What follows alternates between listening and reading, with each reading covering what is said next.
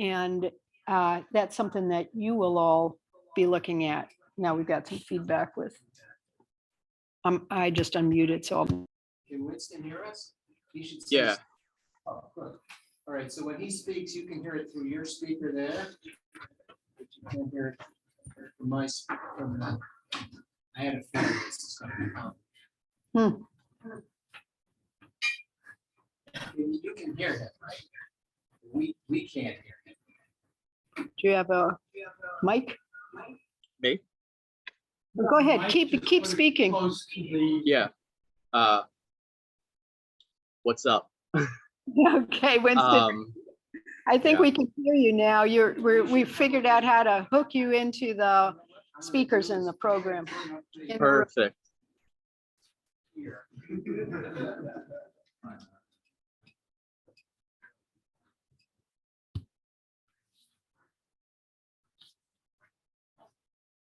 We can see you now, Winston. That's good.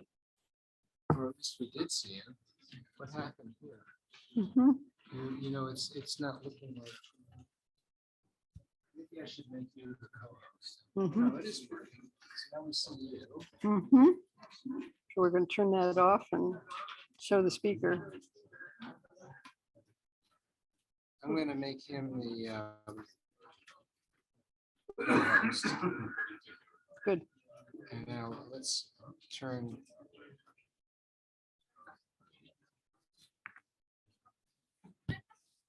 Spotlight. See if you can say something. Winston, can you hear us? Yeah. Why don't you do your presentation now? We can hear you. Awesome. So I'm good to go? Good to go. Perfect. Hello, everyone. I'm Winston DiMartini. I was a Fairfield undergraduate student from 2016 to 2020, and I'm the founder and CEO of PhysiSense. I double majored at Fairfield. I majored in marketing with a concentration in digital and social media, and management with concentration in entrepreneurship.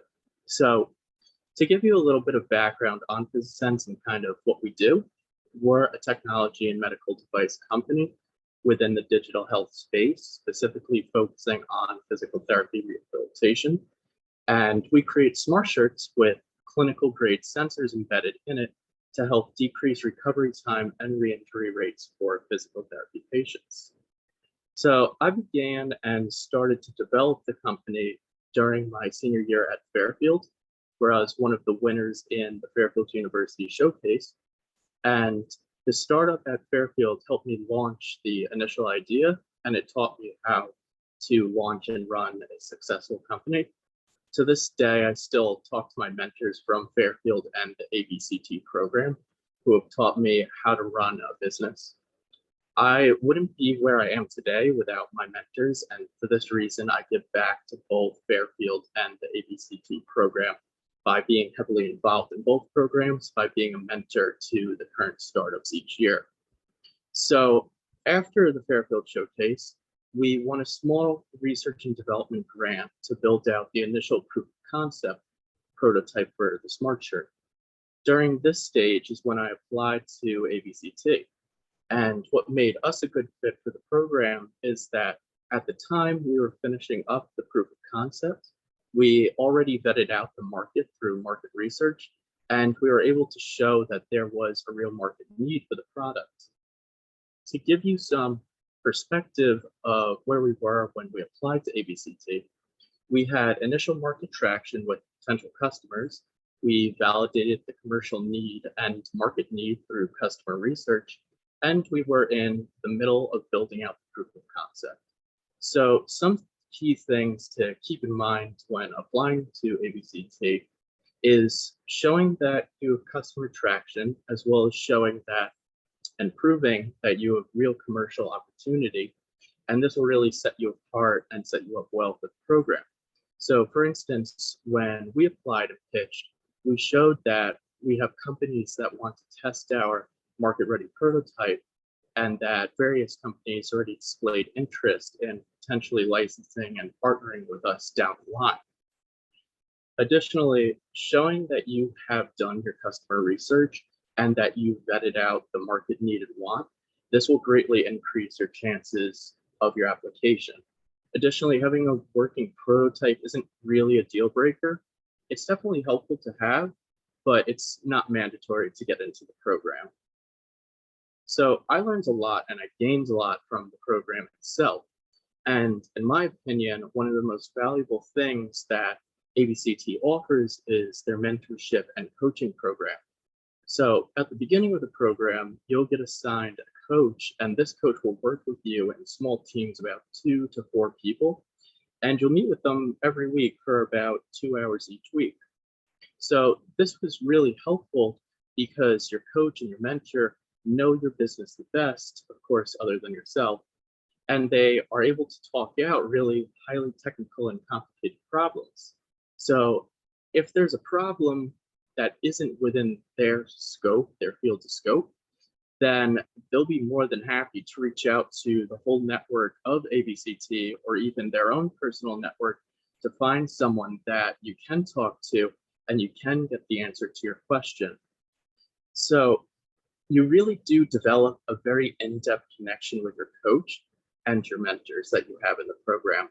For me, I personally still talk to all of my mentors from Fairfield University and the ABCT program, and I frequently give them updates or I update on challenges that I'm currently having with the business and ask them for help whenever I need it. So it's always great to talk it out with them. And they're amazing connections that you will always have, and it'll definitely last beyond the longevity of the program itself. On top of this, they have really good, really top-notch companies that they bring in to speak at seminars that they host. So these companies are great to network with. They bring in really high people within those companies. So some companies that they brought in when I was there were Pfizer, the Hospital of Special Surgery, and JP Morgan, just to name a few. These seminars are honestly great for learning and networking with the people that are speaking. And I personally learned a lot from these seminars and made a lot of key contacts that I still utilize today as our product gets closer to market. And of course, at the end of the program, all of this is to prepare you for the 2-day event where you get to pitch your business that you've been working very, very hard on for the past 6 months within the program.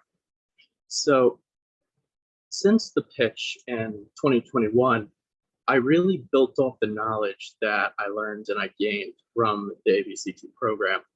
For instance, my personal goal for the program was to begin building out and understanding the engineering that goes on within my prototype and the technology, since I didn't have too much of an engineering background coming from being a marketing and management major at Fairfield. My coach knew that this was one of my goals, and he connected me to the right people that could teach me a beginning level of knowledge for this type of engineering for me to understand. So fast forward to today, and I've personally engineered extremely accurate and innovative sensors and algorithms that will have data accuracy on a clinical level. We are the first ever to develop a product like this. We're currently applying for multiple research and development grants so we can build out, test, and commercialize our innovator sensitive system and also our smart shirts on a mass scale to large hospitals, large physical therapy chains, and other digital health companies. So essentially, I use the base knowledge that I developed from ABCT and their network, as well as Fairfield University startup, and I was able to transform myself into the lead engineer that is capable of building out the product on a very technical level while maintaining my marketing and management skills.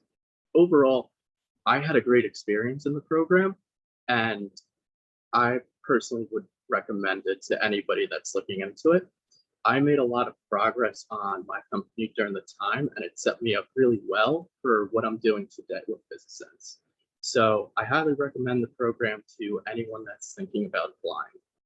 So yeah, that basically sums everything up that I wanted to cover, and I wanted to open up the floor to any questions.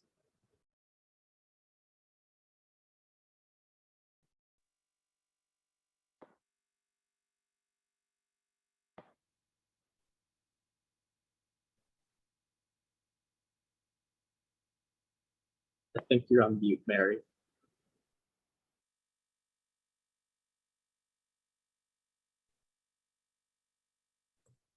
I'm muted. Winston, I'll put it in chat. Yeah, for sure.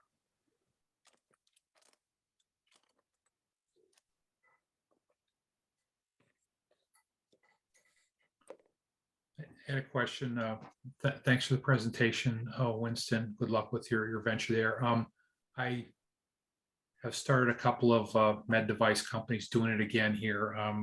They've not gone really far typically, but could you kind of run down the business? This is my first kind of exposure to ABCT, and kind of interested in considerations on, do they have skin in the game or what? I'll mute and listen. Yeah, for sure. So they don't take equity, it's equity free, which in my opinion is great. And that's honestly what I was looking for in an accelerator program. But do you want to know a little bit about my business or like anything about that type of thing? More the dynamics between, how, I don't know if there was skin in the game or not for them. Gotcha. Yeah, no. So ABCT does not take any equity from the ventures that are invited to participate in the program, which is great. And in my opinion, that's something I was personally looking for. I think basically where it really comes back to ABCT is when people like me have a very good experience within the program, they continue to come back and act as mentors or help judge the pitch competitions and things of that nature. Thank you. For Again, sure. good luck to you. Thank you. Hi, great presentation, Bill Caltagirone here. What's the bench strength at ABCT? What type of people do they have on it? So from my experience, it's been, at least I talk to a lot of highly technical people within the physical therapy space. So I talk to a lot of physical therapists within the program myself. I know they brought in a lot of really high-end seminar people. Like for instance, I have a connection to the hospital's special surgery, to their chief of innovation, and I reestablished that connection through one of the seminars that he spoke at in the ABCT program. So their networks are really, really top-notch, and I highly recommend them. How about your capitalization? Where did you originally get money from, and what are you going to need in the future, near-term future, this year, the end of this year and next? Yeah, for sure. So right now we're applying to multiple research and development grants. Mainly we're looking at the National Science Foundation and the DoD. We can complete the entire market-ready prototype, and then we would need an additional grant, like phase 2, for instance, to commercialize the product and get to our seed round.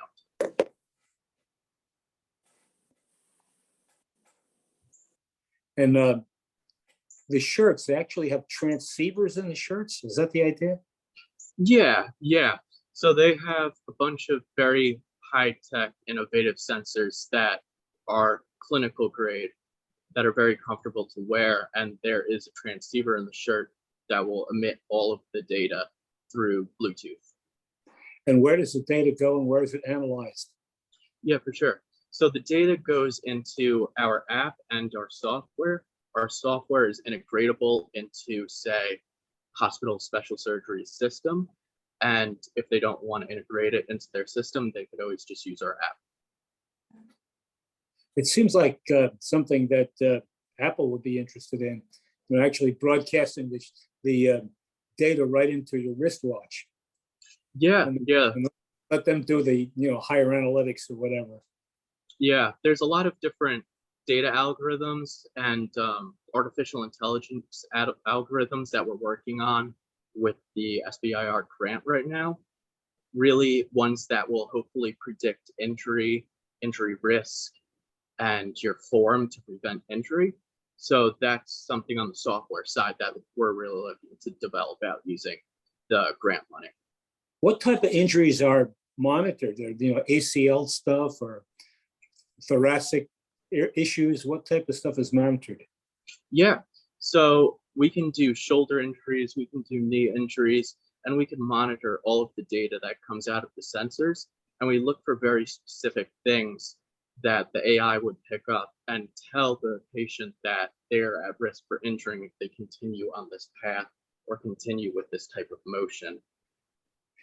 But how would you get, for example, knee injury info in from a shirt?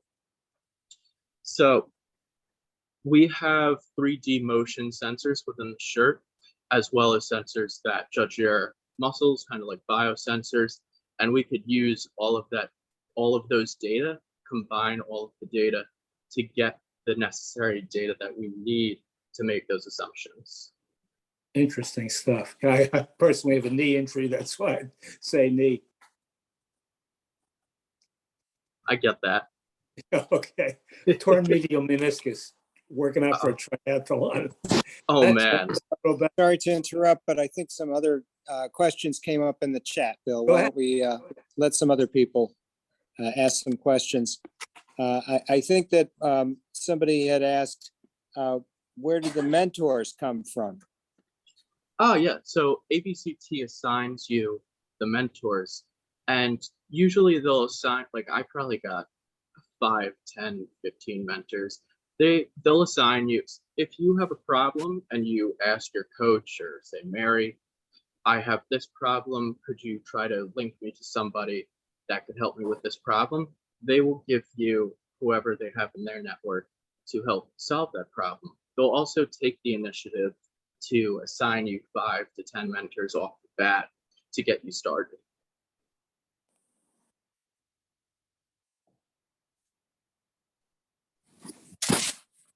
Why don't you ask your question? I don't know if he can hear you. Maybe what I'll do is I'll bring the. Maybe you can put regulations are for his device. Is it non-durable, so it doesn't require FDA approval? It requires FDA 510K clearance. Could you repeat that? It requires FDA 510K.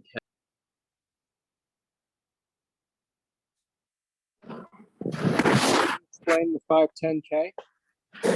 Yeah, 510K. So essentially, it's a class 2 device. However, it doesn't need a clinical trial to prove out that it's not going to harm the patient due to the extremely low voltage. It won't harm the patient, but it has to be cleared by the FDA.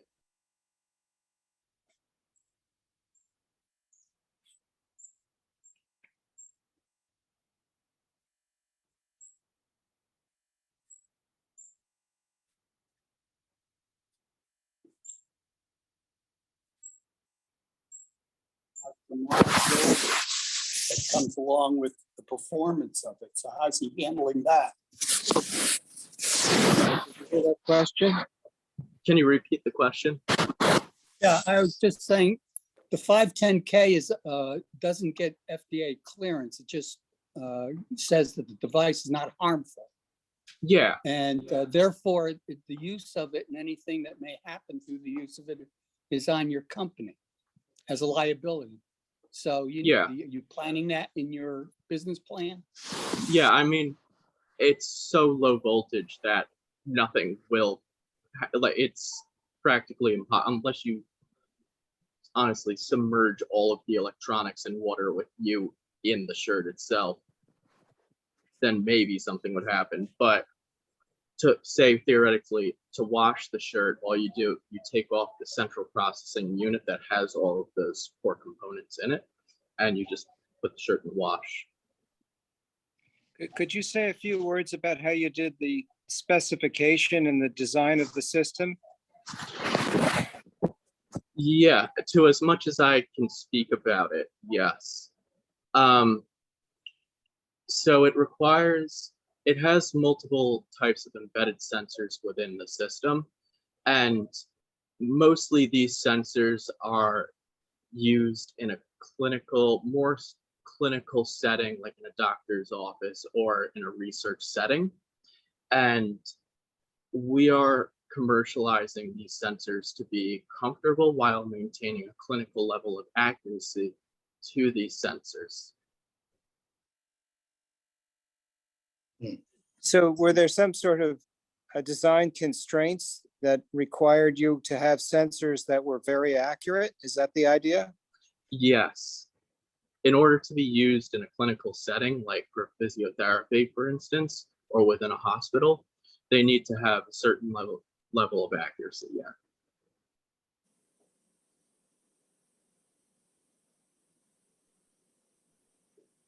Other questions? Can you hear me? Hey, Yeah. Winston.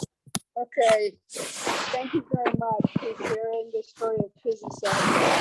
I think for everybody, one of the stories here is that you've been at it 2 years now, right? Yeah. You graduated after working on it for a year and you've been at it another 2. These things aren't really fast when you're going after this kind of project. And congratulations on all your progress. Very, very few people get SBIRs. That's a fantastic accomplishment for anybody. It gives you a national reputation for fundraising and recruiting and then following to do more product development. So congratulations on that and to all the support you've gotten from Fairfield and the mentors. Thank you. Coming Thank back. you. Yeah, for sure.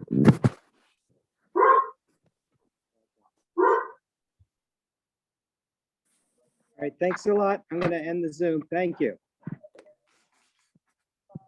Are you done with the PowerPoint? Okay, let me make you the co-host then. Okay. Uh, So does anybody have any other questions? I realize this is a little wild with the sound and Winston being in front of his camera, but does anybody have any other questions about what we're doing? Does everyone kind of get what we're doing? So it's a shirt with a bit of and also creating database. Right? So that's and it's evolved, right? When you came through, it was a shirt to give you feedback on how to do a training for high performance athletes. That's what you started at, right? So in the process of validating that he had something that was different, he applied for this government grant in the NIH space, well, in NSF, to prove that there was enough sensors. So that is a different path, right? And that's a challenge to go through that many different paths. So this program we run in Connecticut every year. It's like the 7th year of doing it. And what we've done with this, there's 45 ventures that have graduated from it. Winston's one of them. The ventures that have come through, they raised about $100 million. They're now employing 200 people. So while they are not, there's about 7 million in revenue that they're generating now. And those are typically from the CS, the bioinformatics, the tools-based businesses. The ones like Winston, they're not generating revenue yet, right? Because they're trying to sell them with an FDA approval into the medical field.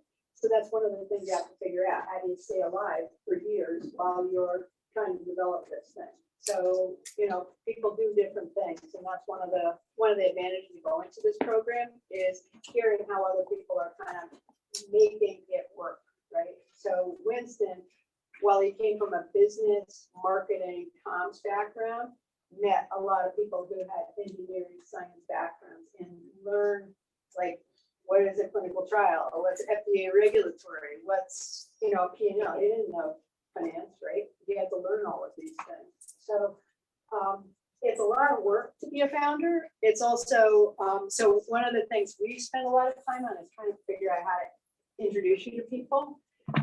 So Winston talked about it, and there was a really great question about where do these people come from. So we actually interview anybody who wants to volunteer for the program. They have to have 3 references.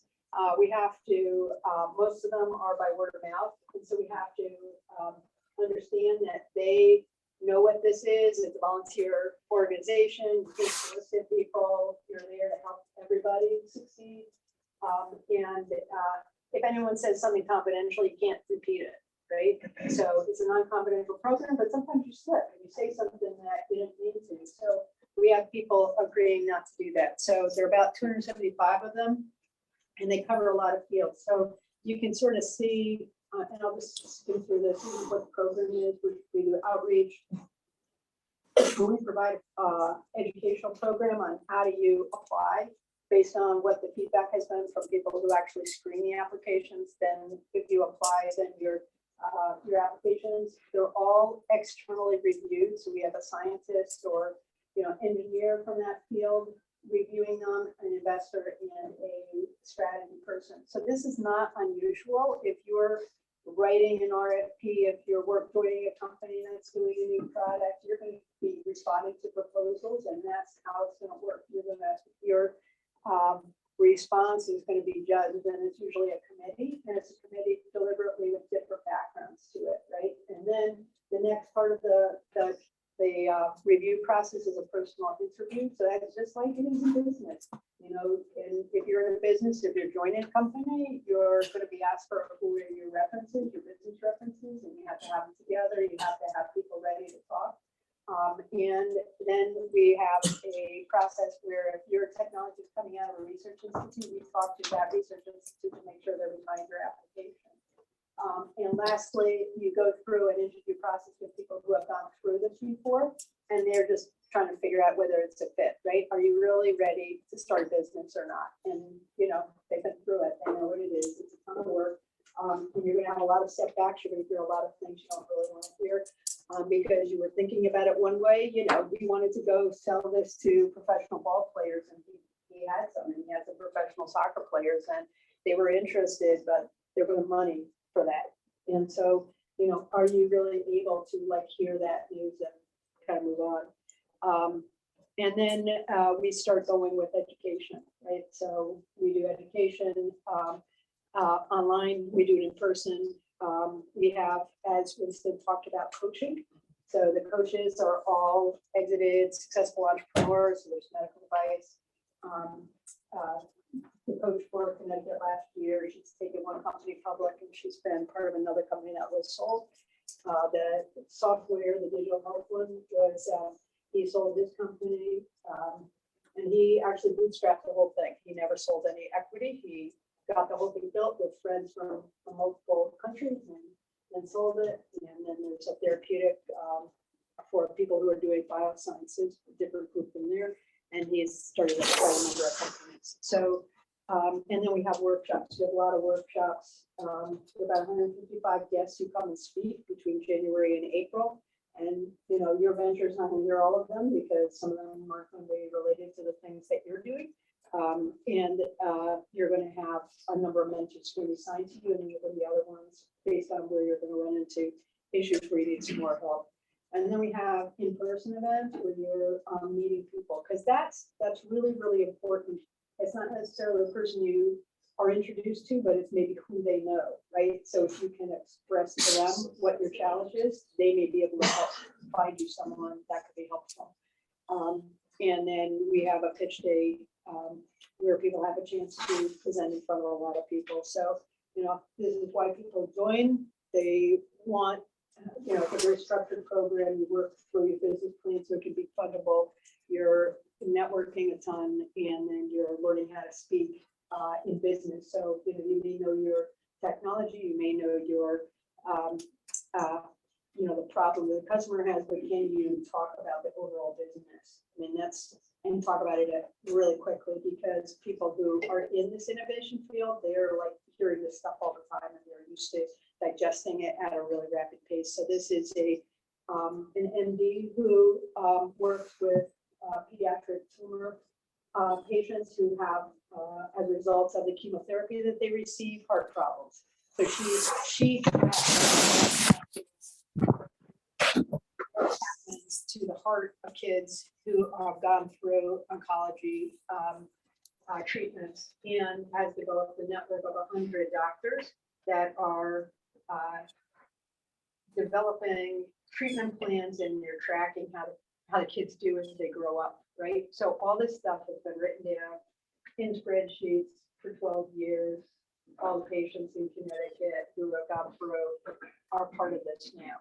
So this whole thing needs to be put into software. This needs to be what she wants to do is make it available globally. So she's coming from like the absolute opposite side. She's never done communication, she's never done marketing. What she's done is that dealing with patients, right? So that's kind of an example. So who is she meeting? A lot of different founders. She's meeting a number of people who are what we call corporate supporters, an accounting firm, Markham, a law firm, Wigan Sonsini, which does patent. So we're getting advice on like, how do you take all of this data that she's got, turn it into an algorithm that you can protect your trade secret? Do you patent it? What do you do about the data? Do you share that? Do you license it? She has to work all of that stuff out. So she's working that out with a patent counsel. That's the strategy behind the property that she has a lot in her head, and get that out. Konica is a company that's looking to invest their scouting technologies. So they're there to engage and see how they can take it to Asia. IACTabct is a company from Finland that does QC. So part of the challenge of getting to regulatory is you can't just write the code and throw it out there. It actually has to be reproducible. You have to prove how you actually developed it. You have to make it have a system that's compliant with international standards, since that's what IACTabct teaches and certifies for people who are trying to come out with medical products. Wigan Sonsini is a law firm that we help incorporate, and it's a complicated incorporation. She works for Connecticut Children's. Her intellectual property is partly already owned by Children's. How does she form a company that's already owned by another entity, right? These are things like she never thinks about this, right? Nobody knows that this can happen, right? So that's part of what's going on in this is introducing you to people, plus Connecticut Innovations. Connecticut has a very, very rich